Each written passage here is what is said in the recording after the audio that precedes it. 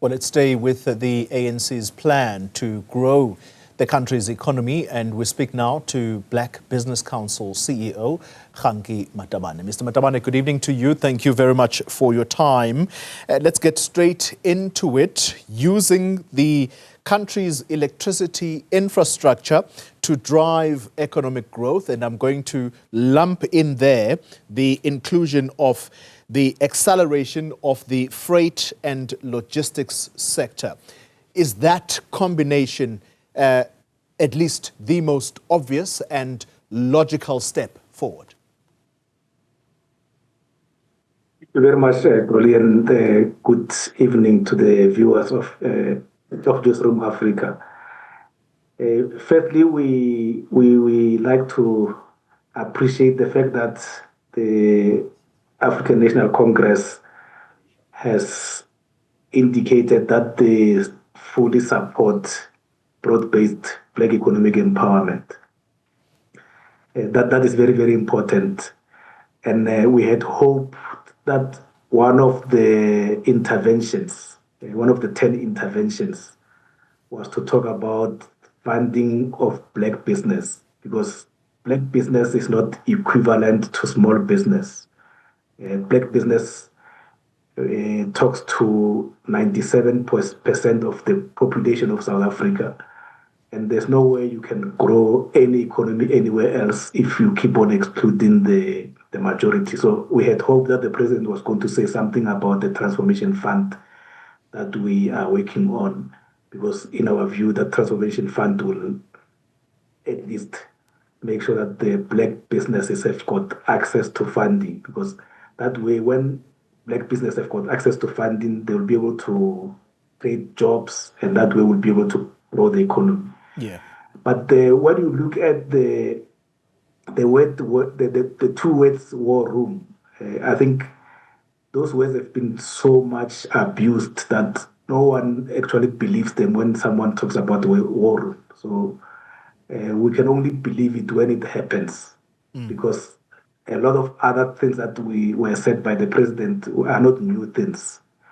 And then also when there's a bit of a confusion, because when you read the document, you don't know whether this is an ANC document or this is a government document. Remember, currently there's a GNU. So the ANC don't necessarily have the final say on the economy. But we appreciate the fact that at least after a long time, the last time we had a document that was dedicated to the economy was the National Development Plan, which was a long time ago. Yeah. So at least there's that thinking that we are in an economic crisis. So when you're in an economic crisis, you need to come up with something that will seek to at least invigorate the economy and do something to the economy. Yeah. But our discomfort is always that, as I said, we're not hearing some of these things for the first time. The issue of the 1 trillion planned for infrastructure, we've heard it many times, but the big construction companies, Marian Roberts and others, have closed down because the 1 trillion is just talk. It's not translated into anything on the ground. So we were really, really hopeful that we need to stop the talking, we need to stop the slogans, and actually get to the implementation, because it's only through doing something about the problem that we'll be able to get somewhere. Yeah. Let's talk about the other element which I found quite interesting, and this is the labor-absorptive industries. He spoke about agro-processing and cannabis. Maybe I missed it. Mining, I would have thought, is one of those. Agriculture is also one of those. Do you think that this was deliberate, particularly when it comes to mining? At one point, it is said to be a sunrise industry, but you hear skeptics saying it actually is a sunset industry. These industries, they are labor absorbing because they perhaps take those that are not so skilled. And so this therefore translates into people having jobs, particularly in the mining towns of our provinces? I fully agree with you, Golide. Maybe he was running away from the word beneficiation again, because probably it's been more than 20 years that we've been talking about beneficiation. But again, everything is talk, no action. Because by now we should have seen at least one plant somewhere in South Africa where beneficiation is done. The issues of smelters closing, if you bring in back those smelters in South Africa, that should create jobs. But we again will see we'll see if it happens.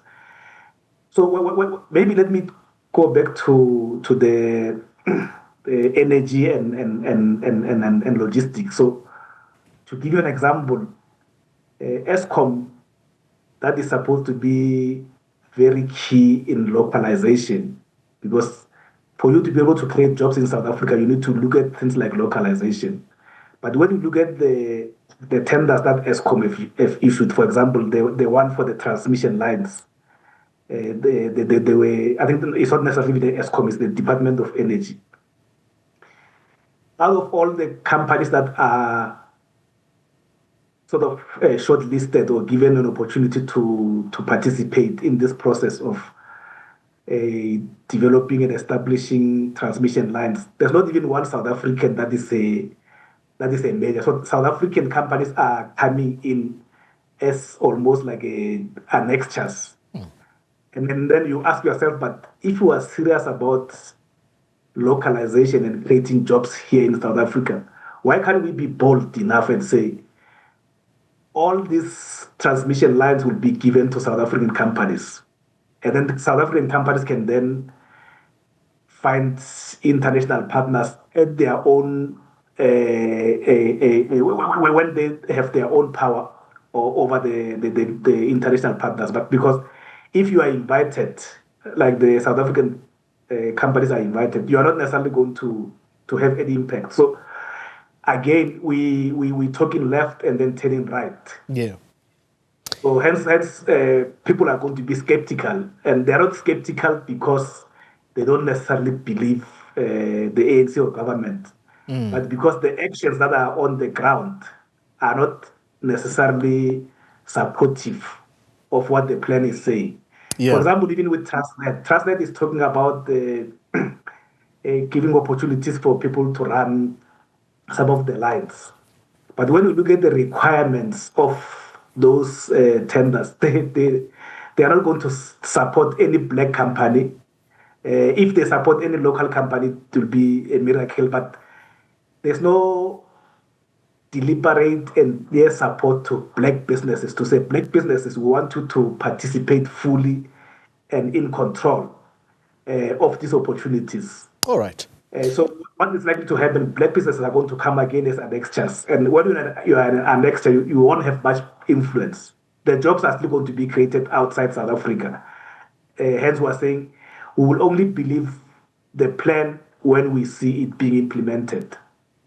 Let's conclude then on the point that you made right at the start of the conversation when I asked you about the energy and logistics space, and you went straight into the ANC continuing to support transformation.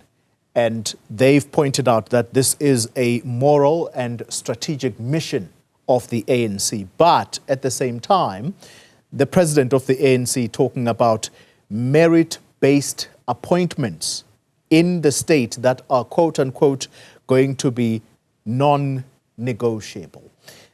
Do you think that this deals a blow to cadre deployment, or do you believe that this remains a policy of the ANC? We have always supported merit-based appointments. And for example, look at ESCOM.